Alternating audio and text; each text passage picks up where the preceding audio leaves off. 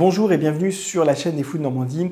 Aujourd'hui, cet article, dont vous trouverez le lien dans la description de cette vidéo comme d'habitude, cet article qui nous alerte sur les effets à long terme sur le plan du cerveau, notamment de la mémoire, des troubles cognitifs, du risque de démence pour faire simple, chez les gens souffrant de troubles anxieux ou de dépression de manière un peu chronique sur une période prolongée de leur vie.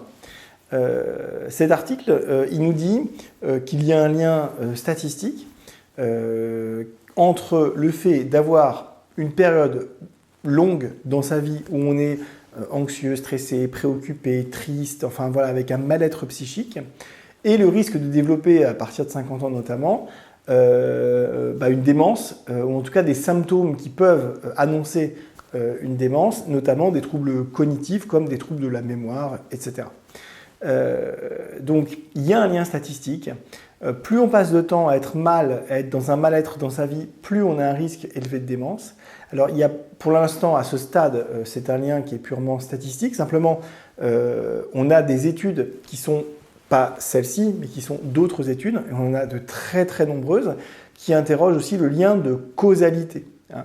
Et donc on a un certain nombre de pistes quand même pour expliquer que ce lien statistique n'est peut-être pas que un lien statistique, mais qu'il y a peut-être un lien causal, donc un effet plus ou moins direct, mais un effet, un lien réel entre le fait d'être anxieux, triste, déprimé, mal dans sa peau pendant une période prolongée de sa vie et le risque accru, augmenté donc de troubles cognitifs ou pour faire simple de démence.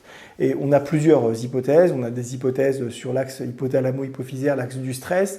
On a des hypothèses cardiovasculaires. On a plein d'autres hypothèses qui sont des hypothèses tout à fait sérieuses, étudiées, dont on sait que le stress joue sur certaines molécules particulières et on sait que ces molécules particulières jouent sur le vieillissement, notamment le vieillissement du cerveau.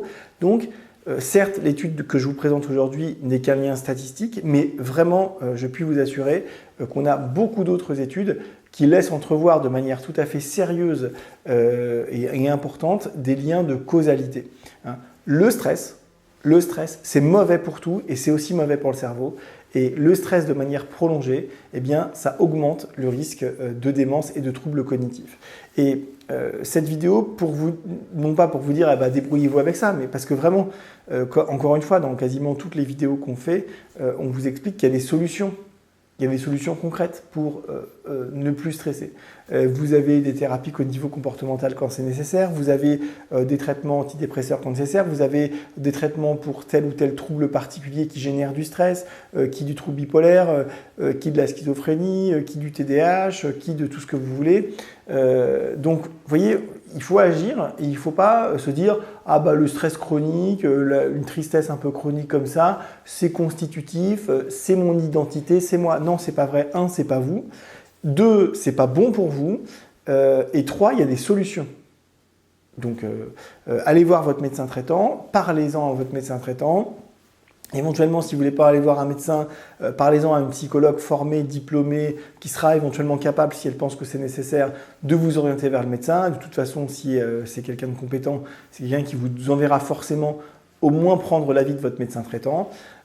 Donc voilà, soignez-vous, ne laissez pas les choses se faire comme ça en étant passif. Vous pouvez vous faire aider, les choses peuvent changer. Et donc, il y a plein de solutions disponibles pour éviter ce sur-risque d'avoir des troubles cognitifs à la cinquantaine et ensuite. Voilà, écoutez, j'espère que cette vidéo vous a intéressé. Partagez-la, faites savoir tout ça. Enfin, on loupe. Il y a tellement de gens qui passent à côté de solutions qui changeraient leur vie que c'est vraiment dommage, quoi.